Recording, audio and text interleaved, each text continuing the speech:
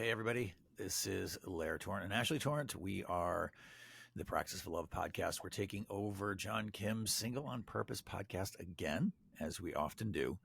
And whenever I'm introducing us, whether we're doing our show or this one, I will say, hi, everybody. My name is Lair Torrent. I'm a licensed marriage and family therapist. I'm the author of the book, The Practice of Love. I'm with me, as always, is my lovely wife, Ashely Torrent. She is a psychospiritual counselor, or I'll say a therapist, and an intuitive medium. And then we just kind of go on with the show.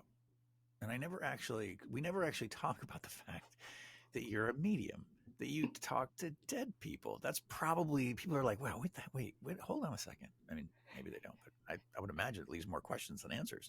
Like, what does she do? She's a therapist, but she's a medium. She talks to dead people. A lot of us have ideas of what it is to be a medium, right? Like walking into a place with a neon hand on the front of the building in a crystal ball in the middle of the table.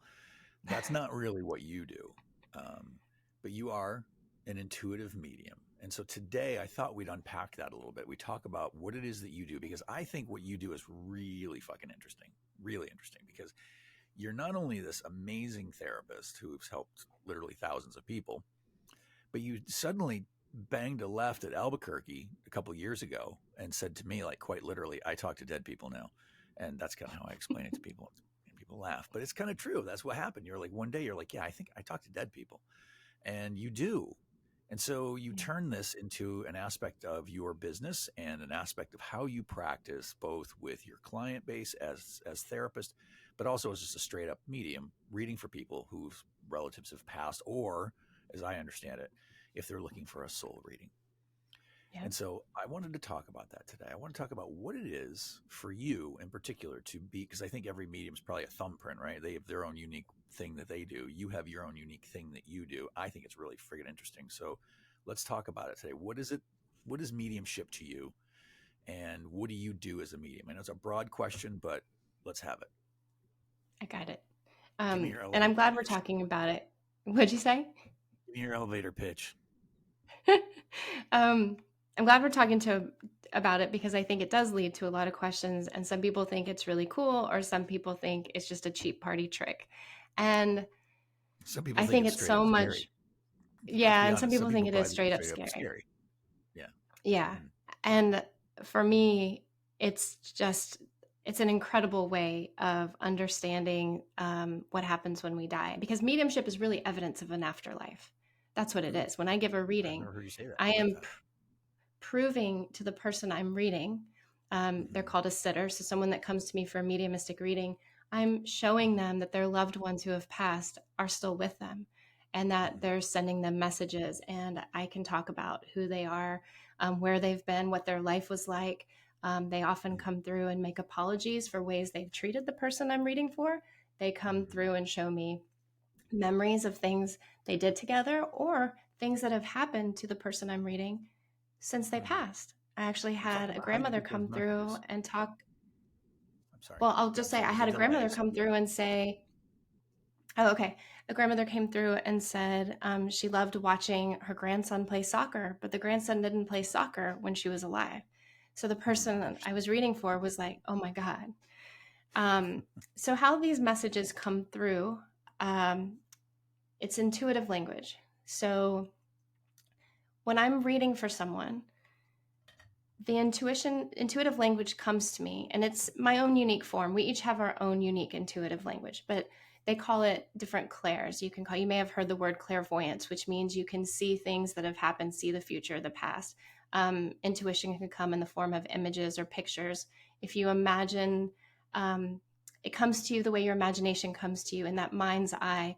I don't see it with my eyes the way I see you right now. I see it in the place where my imagination is. So intuition comes to me, those pictures. So if someone's coming through the other side, they may show me what color hair they had, where they lived, a picture of their favorite shoes, or, it could be anything. So they also come to me. You're not seeing entities. You're not seeing people standing next to them or behind them necessarily, although I think you have in the past. But I've seen. Go ahead.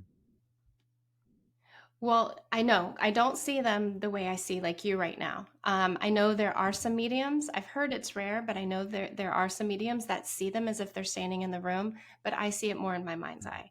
So this intuition comes to me through those images. It comes to me through words or voices that I hear. It comes to me. I can sometimes smell them, smell their favorite food of those who have passed. I can sometimes taste their favorite food as information, and it's very physical. It's what's called clairsentience. I can feel them in my body. Sometimes they'll show me how they passed, and I can feel that it was of a heart attack. Or a woman came through recently, and I could feel that she died of COVID. So, really, my job is interpreting what they're sending me. As my friend Caroline said, it's like psychic charades.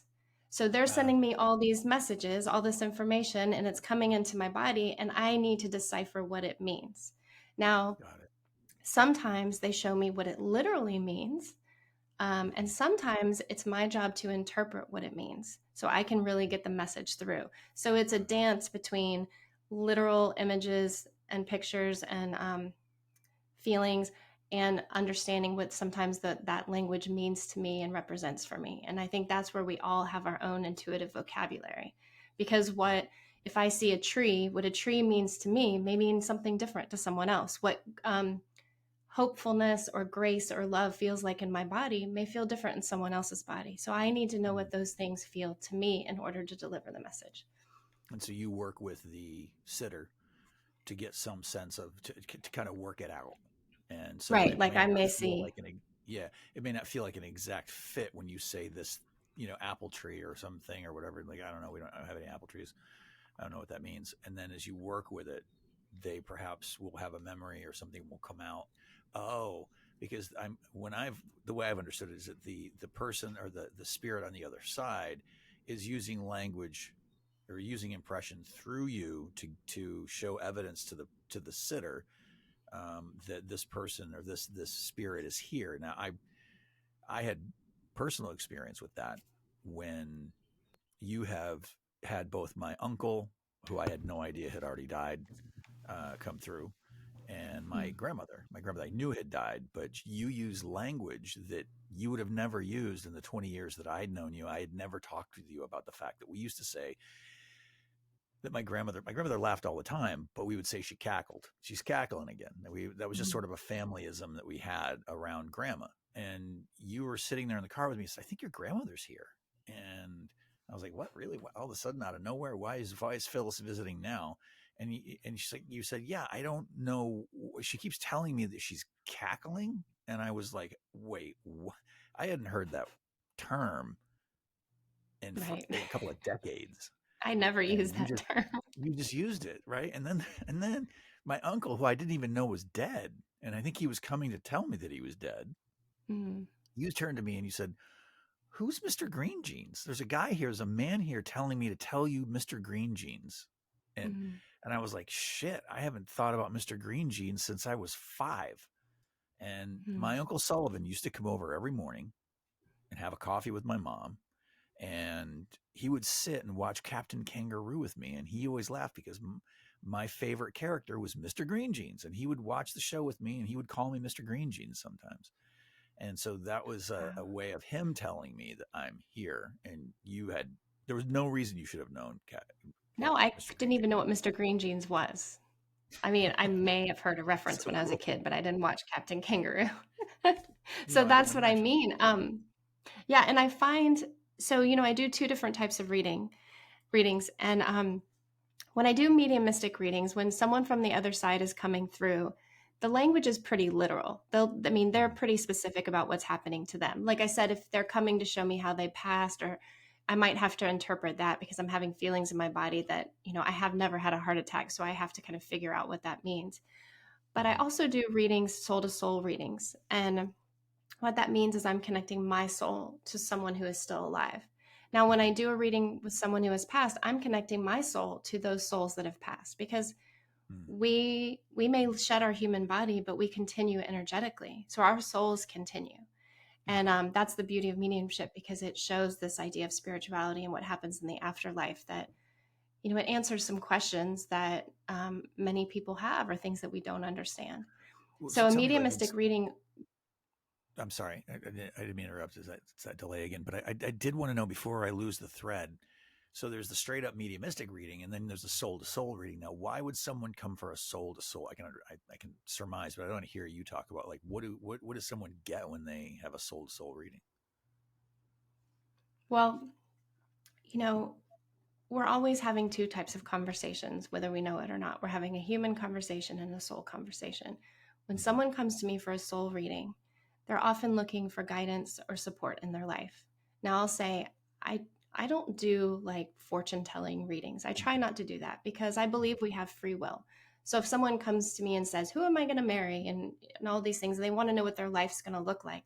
I really try to avoid that because I never want to give someone information that might push them towards that direction because I think it's Mm-hmm. important we choose that direction.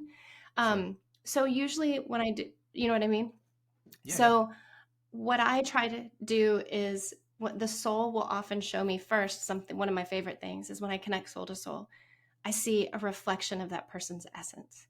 And Mm-hmm. that is such a beautiful thing because let me just start here. When we're connecting in any of this space, we're connecting through love. So think about it this way: humans are on FM all the time in our minds, our egos, our fear, doing whatever we're doing. The other side, the soul, spirit, energy, is all an AM to me. And that's the Okay, frequency of love.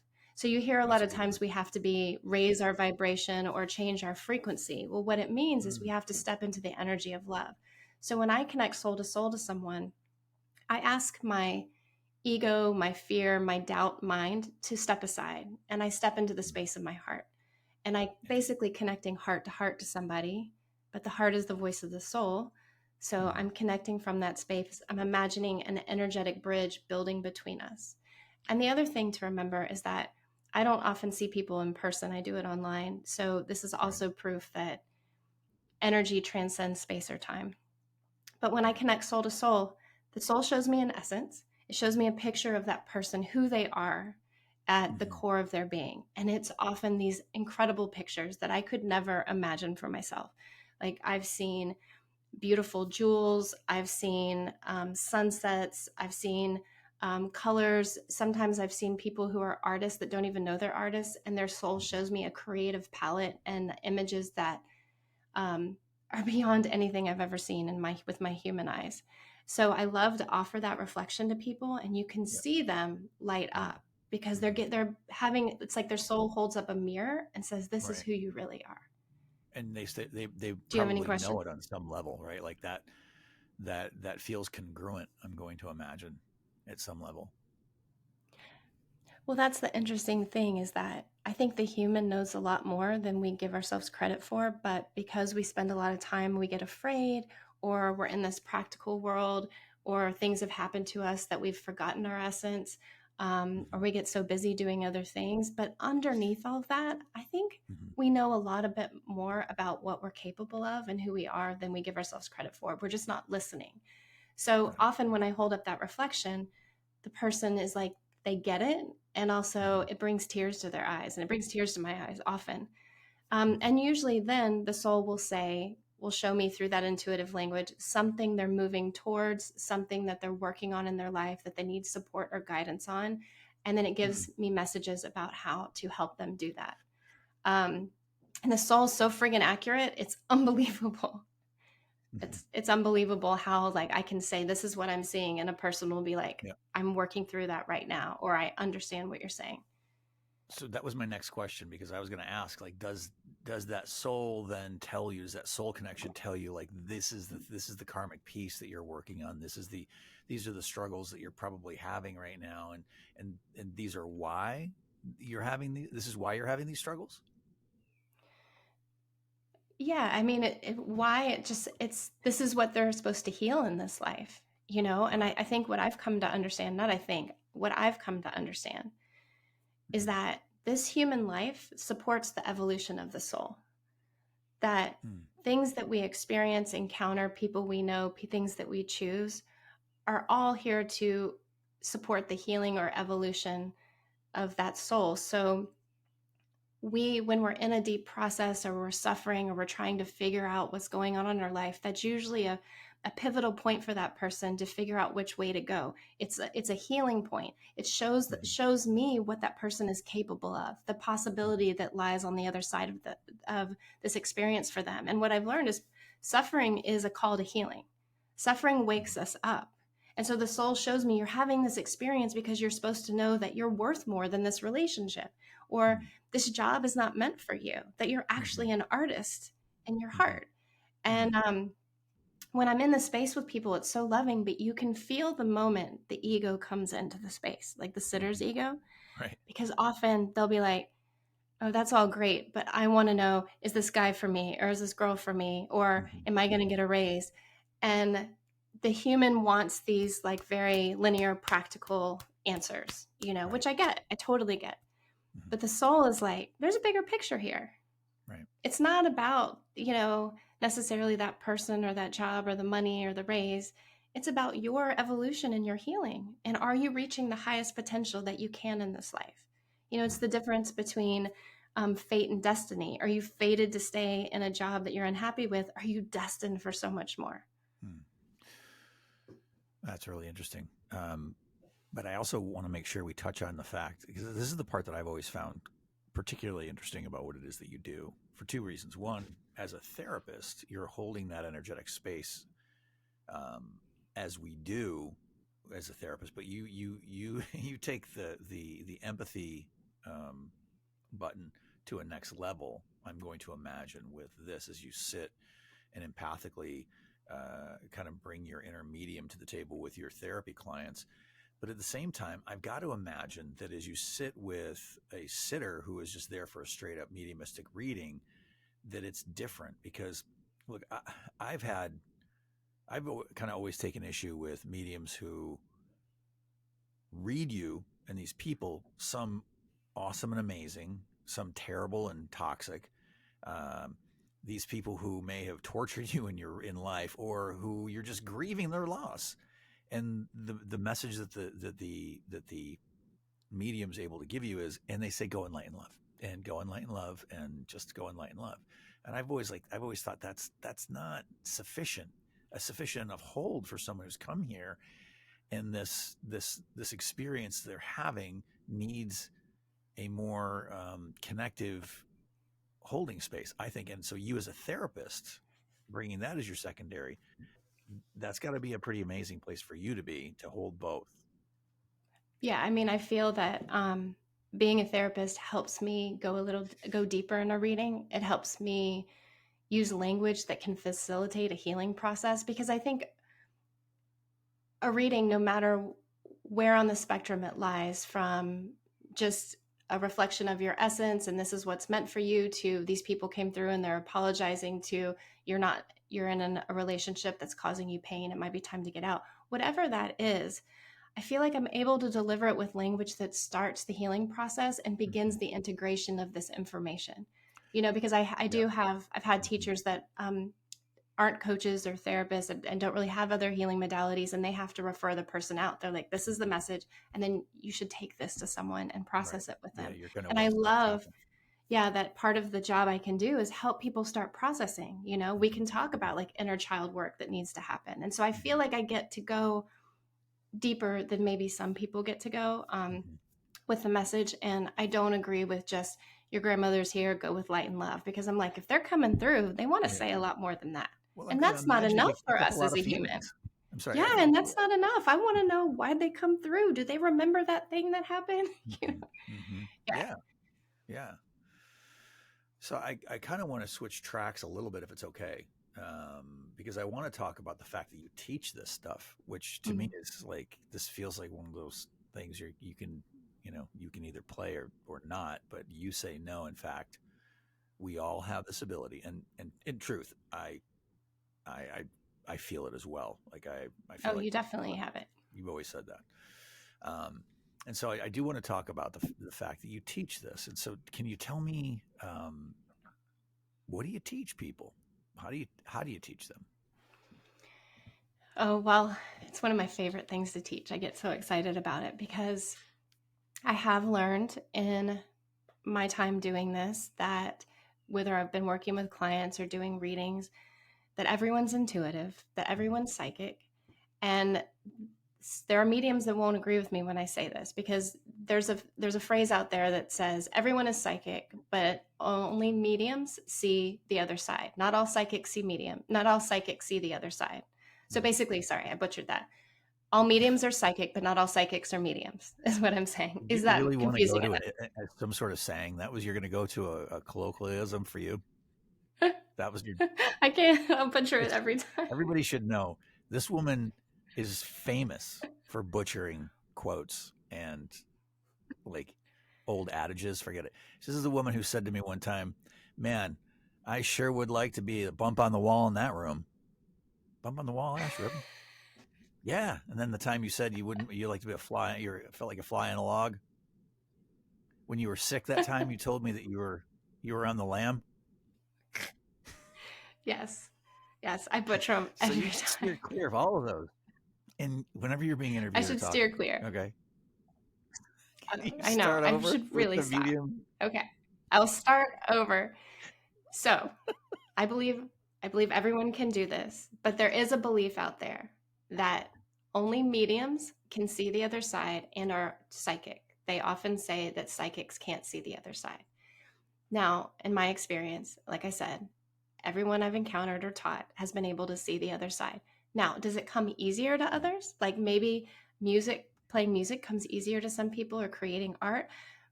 But what I've seen is that it's really, if you can tune into your heart and be in that feeling space, that emotional space, that intuitive language space, those people have the easiest time learning. Mm-hmm. I have taught people that struggle with that are very left brained, very practical. I can be very left brained at Yep. times. It's also easier to read someone who can get into their feelings. The energy flows so much easier. But I love teaching this because not everyone who comes to my class wants to be a medium, and I don't expect them to. I think there have been several that were working on developing their mediumship and they're creating a business, and that's great. I love teaching those, but I also love teaching the person that's just curious. And what you'll find is a lot of my students are people who are very empathic and very sensitive. Um, Now, I think we are all these qualities, but I think depending on how we grew up or what's happened to us in our life, like we have developed those. I used to think that empathy was a superpower for people that are born out of trauma, right? And I think those people who are empaths and know it usually did have some sort of trauma growing up. They grew up in an environment where they had to be really turned on to know what was happening in their house. But in Sure. truth, because we are Sure. spiritual beings having a human experience, we all are empaths.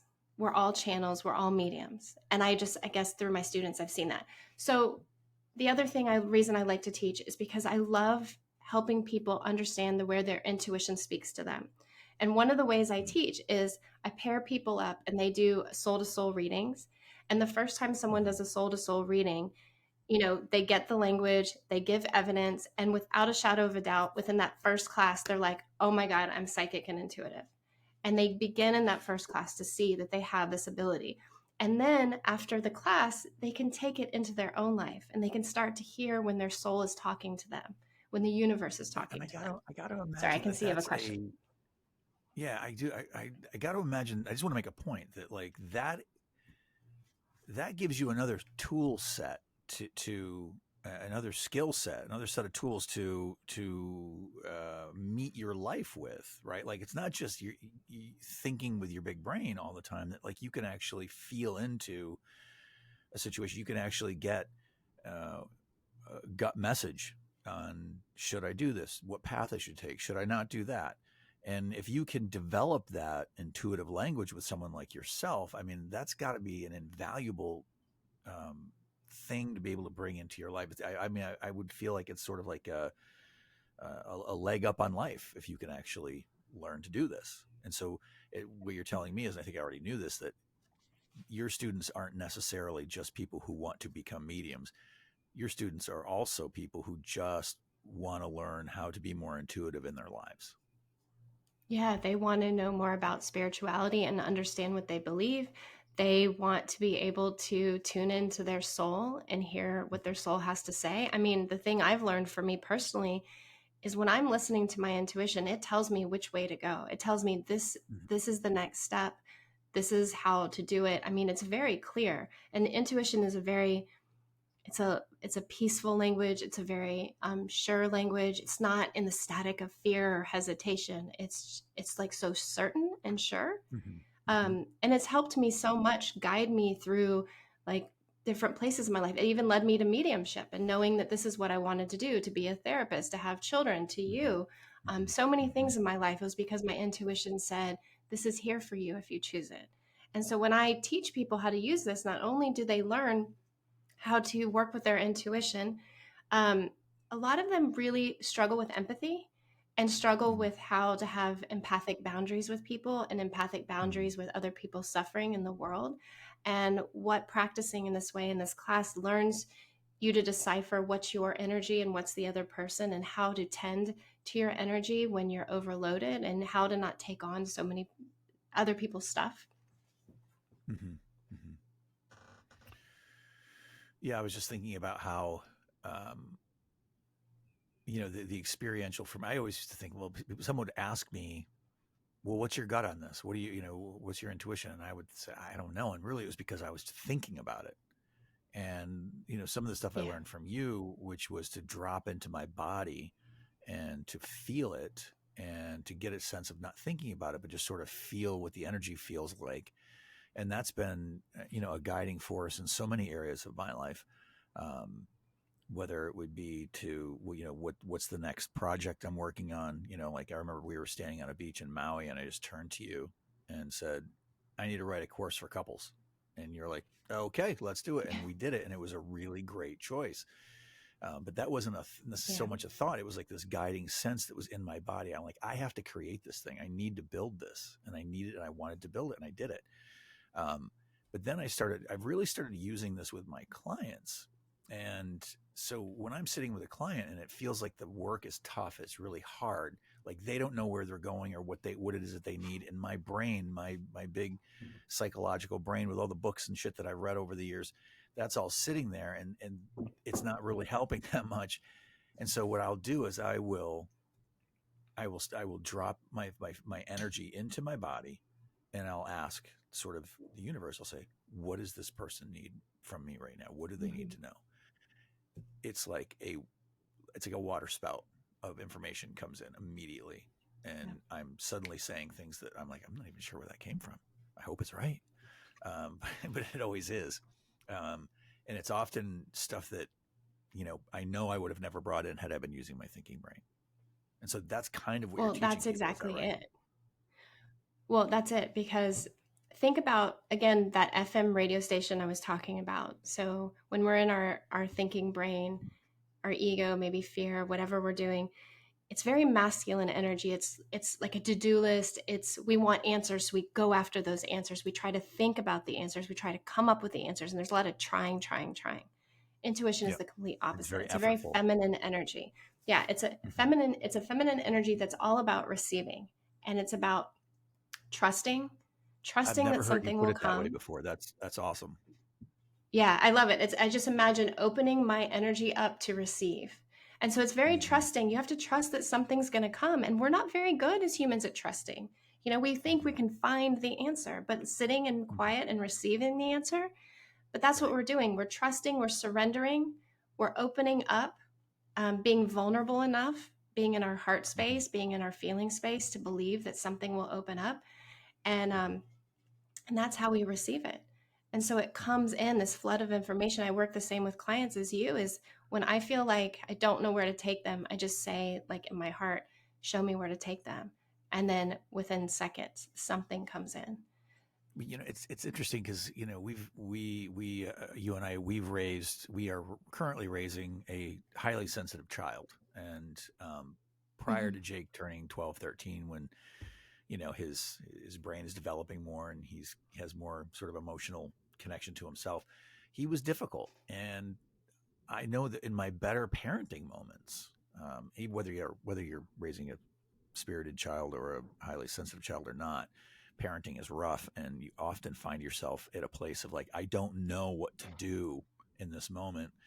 And if you have that ability, that skill of dropping into your body and saying, okay, what does this child need from me right now? Right? You're going to be led through your heart center. You're going to be led through your soul. I think you're going to be led through your intuition to give that kid probably something other than what your head and your ego is telling you to bring. Absolutely. And it's always love. The answer is always based in love when it's, when intuition, you may get other information, but it's from a loving place. It's That's right. not scary. It's not harsh. It'll never take the fear-based choice, make a fear-based choice. It's always the softer, loving version. I think that should be a class of yours, the intuitive parent. Yeah, I want to do the Look at that. intuitive Look at my therapist, and intuition. then I Look should what do my the intuition's intuitive hooked up to. parent. That's a great idea. I love it. I want to teach everyone because we need this skill. It's Yeah. time enough already with just, our minds are there for a purpose. Our egos serve a purpose. And I think our egos really show us where our healing could be. It's like the pain point we hit over and over again. And so our ego's it's like a neon Vegas sign saying, hey, you need to heal this. So there's a purpose to all of that, but we take for granted this magic that we have of our heart and soul. We take for granted that at any moment we have this wisdom and this loving space available to us at any moment, at any time, if we just drop in, if we choose to create it or choose to allow it to come into our field. I love that. So when are you teaching again? When's the next class? When's the next go around? I have new classes starting March 6th. So yeah, March I have 6th. two class options, Mondays or Thursdays. What'd you say? How long how long does the class last, and how long are the classes? It's about a 2-hour class, and it meets for 6 weeks, and it's a very experiential class. So I do a teaching piece, and then we practice on each other's. It's limited. Each class is limited to 6 people, so it's an intimate space and a very safe space. And I'll have to say that honestly, everyone that's come into that space that I've had the privilege of teaching has been so compassionate and kind, and the way people support and are present for each other, it's blown my mind. Like, for how often do you get to sit in a space where someone witnesses you, holds a loving space for you, and is compassionate for wherever you are in that space? And we don't really get that often. So it's really beautiful to see these people create friendships, but also create this confidence. And then after people finish that class, they're invited to join a community that meets weekly on Tuesday nights with me. Oh, fun. I love listening to you talk about it because you love it so much. I do. I love it so much. I think you were going to ask me what's the most interesting thing I've ever seen or experienced. Well, for me, I was going to say, what's the weirdest thing? I think I have the one that raises the hair on your arms the fastest. But you tell me which one were you thinking of? Which story were you thinking of? I don't know if it's weird as much as how beautiful it was. So I was in a study group doing a practice reading with a woman I'd never met, and I was doing a mediumistic reading, so I was connecting to the other side. And this energy of this young boy came through, and it was the first time a child has ever come through. And it brings tears to my eyes because when a child comes through, you're like, oh no, I must be wrong. This can't be happening, But it was a boy. It was her son that had passed. But the way he presented himself to me is he showed me these running legs, and he was on a skateboard, and he showed me he was in this landscape where there were mountains and water and hills and snow caps and sky, and he was skateboarding and running and jumping, and I thought, it's so fascinating. But he showed me these little white socks. He was wearing little white ankle socks. So as I described what I was seeing to this woman, she got tears in her eyes too, and she said, that was my son. He was a paraplegic. And he had white shoes and white socks, and she said the reason he's showing that to you is because he didn't walk around. I just would buy him basic white shoes and white socks. And so that's what he had every year of his life. And what he was showing her in spirit is that he is now free, and he's using his little legs, and he's skateboarding, and he's running, and he's physical and adventurous. And she was just blown away. She was so grateful for the message because he'd never come through to anyone before. And just for her to experience that loving connection, and that blew my mind. It just blew it. Yeah. So to be able to offer that kind of that healing, to know that in his human life, he didn't get to do all those things, but that in spirit he was free from that physical body Right. was an incredible. I just felt so grateful to be able to deliver that. I can only imagine. And he's using his shoes. That's so crazy. It's just so touching. Yeah, he's using his shoes. Hmm. Hmm. Yeah, you can't hit me and the kids. No, no, no. um, And that's the thing is, in mediumship, I have animals come through. I've had just the oh, animals come through and give the most beautiful messages because often people are crushed when they lose their animals. And oh my I've had God, so yeah. many dogs come through that it brings so much. The thing is, it brings so much healing because humans are so afraid that the people they love that died are not okay. And so what Mm-hmm. I get to say to them, they're more than okay. And by the way, they're with you and they've got Mm-hmm. keeping an eye on you and they want you to know this, they want Mm-hmm. you to know they remember that you held their hand in their last breath. I've Yeah. had so many people come through to let the person know that, yes, I know you were standing there, even though you didn't think I was conscious. I remember Wow. you squeezing my hand. I remember you telling me you loved me. And then they Mm-hmm. often show me what happened when they go to the other side and like what it Mm-hmm. felt like and what it looked like. So um, it is a magical space. And I just highly recommend people experiencing it, especially if they've lost someone. Yeah. Yeah. But you were going And to to be share a able, story. what's that? You were going to share your favorite story Well, mine that is you not heard. nearly as touching, but it's one that people love, and it's one I love telling. I'll leave names out, obviously, just for privacy's sake. But so we had a friend of ours. We had some friends over, and this is sort of at the beginning of the whole thing for you, as far as becoming a medium, and it was kind of a point of interest. Now our friends are just like, yeah, yeah, my friend who talks to dead people. Um, but this woman said, do me," and you were sort of like, "Are you sure?" And you're like, she's like, "Yeah, no, do me." And we knew this person, had known her for a number of years, but we didn't really know her family history at any length. And Mm-hmm. you said, okay, so there's this woman here, and she's in her 60s. I think she's 62. I think she died when she was 62. She has a black bob. Her hair is cut in a black bob, and you could sort of see our friend's energy sort of shift. And you were just kind of talking and saying, and then you turned to her and you said, "Oh, I'm so sorry." And the woman kind of gave you the green light to keep talking and to say, because you didn't want to necessarily reveal without permission. And you said, the person is, she's like, "I think it's your mom's sister, and she's telling me that she had been depressed her whole life." And then you kind of took a breath and you're like, I'm so sorry." And you could see the woman's eyes started to fill up a little bit. And she said she shot herself. And the woman shook her head. "Yeah, she did." And then weirdly, you kind of started to giggle a little bit. Like it was sort of off brand for the moment that you giggled.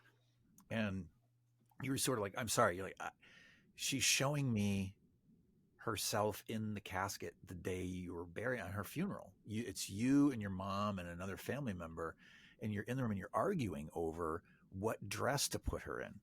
And she's laughing because you're arguing for the paisley dress that she loved and everyone else hated, and your mom and this other family member are arguing for this other dress that you knew that the woman actually hated. And so she's laughing because you ended up burying her in the green paisley dress. And the woman's mouth just about hit, our friend's mouth just about hit the floor in our living room. And she's like, "No one, I've never told anyone other than the three." She was dumbfounded. Yeah. And it's just sort of story after story after story of you getting these messages from those who have passed to kind of confirm that, like, yeah, it's me, and there's no way this person that you're using as a medium could possibly know any of the stuff that No way. that I'm telling her. So yeah. Right. There's Anyway. no way. I had someone come to a reading because she was a friend of a friend whose friend had passed. So I would have had she had no connection. So if you're wondering, yeah, am I psychically getting this information? This guy came through who had died, and the woman I was reading never met him, but it was a mutual friend of theirs that they had in Mm-hmm. common. And he told me how to Mm-hmm. plan his funeral. He told me Oh what my he God. wanted, and he was a surfer, so he said what color surfboard he wanted. That was his. He told me he wanted a Hawaiian surf paddle out. He wanted his girlfriend to wear a crown of flowers. He told me details about his friendship with this guy. And the woman I was reading was a woman, and she just took notes and passed it on. And then she sent me a video. They planned the funeral, and it was a beautiful funeral. Or maybe a celebration of life is more appropriate. But what I did want to go back to, you got to be a part the of whole that. suicide thing. Yeah, I really did. It was beautiful. But because there's a delay, I wanted to go back to the suicide thing because I've had many people come through who have taken their own lives. And they always come through and say that they're okay, they're free. I think we have a lot of judgment about suicide and people taking their own life. I think we have a lot of ideas of what we presume to know or what we presume might have been right for that person. But, I've talked openly about having a time where I felt suicidal, and, hearing what these people have to say who have done this, it's really, I just want to pass on the message that we can't judge or assume that we know what someone's suffering is like. We can never know how bad someone's suffering. And if someone is at the point of doing something to exit this life, they have to be really suffering to something that we couldn't even put our finger on. Like we couldn't even own. So, and I also want to share that if you who is listening has had someone that you've lost that has taken their own life, they always have come through and said that they're okay and they're with you and they are in a loving space and they're whole, they're free. So I just think that's important because I think that can bring up a lot of questions. And is the message typically that their suffering is over and that they don't suffer anymore? They're suffering because they're in this human body, in this human life with whatever trauma or wounds they have. And now in the other side, they've shed this human body. They're no longer living this human life. They're free. So they're an energetic being. And which brings up, and I want to say that I don't know anything for sure. I can only say what I've experienced. So I'm not going to come at you saying I know for sure what happens on the other side. I can only tell you what people have told me. But what I also have come to understand is that I can connect soul to someone who has passed. And that soul energy is there, but it could also have been reincarnated into another life. They could be living another life, but I can still connect to their soul energy. If that doesn't scramble your brains, I don't know what will. Right. So with that, I think we should probably wrap up because I know if I could dig in and even though I live with you and we could talk about this anytime, I'd still love talking with you about it. It's such a rich topic and there's always so many amazing, interesting, and obviously heart-wrenching, touching stories. So again, when does your next class start in case people are interested? Oh, if you're interested, you can find me at ashelytorrent.com or on Instagram at ashelytorrent29. And my class starts March 6th or March 9th. I have 2 class offerings at different times, different days, and it's a 6-week class. It's limited to 6 people. And so if you're interested, definitely reach out. I'm open to, if you have any questions, don't hesitate to reach out and ask. They can DM you on Instagram as well? Oh, yeah, absolutely. And you could contact me through my website. I'm open. I'd love to answer questions about this. And if you want a reading, don't hesitate to reach out. So thank you. Thanks for Go ahead. Yeah, thank you. Sorry, delay. Thanks for bringing this to light. Thanks for having this conversation with me because I thought it was important. Yeah, no, I thought it would be interesting. It'd be fun, and it was. So for us and the Single on Purpose podcast, this is Lair Torrent, Ashely Torrent. We are the Practice of Love podcast. Thanks for joining us. And again, if you are interested in learning your own intuitive language or even becoming a medium or just digging in to find out what treasures and gifts are there for you in the spiritual realm, don't hesitate to reach out to Ash because I'll tell you what, it's pretty cool shit. All right. Thanks so much. Thank you.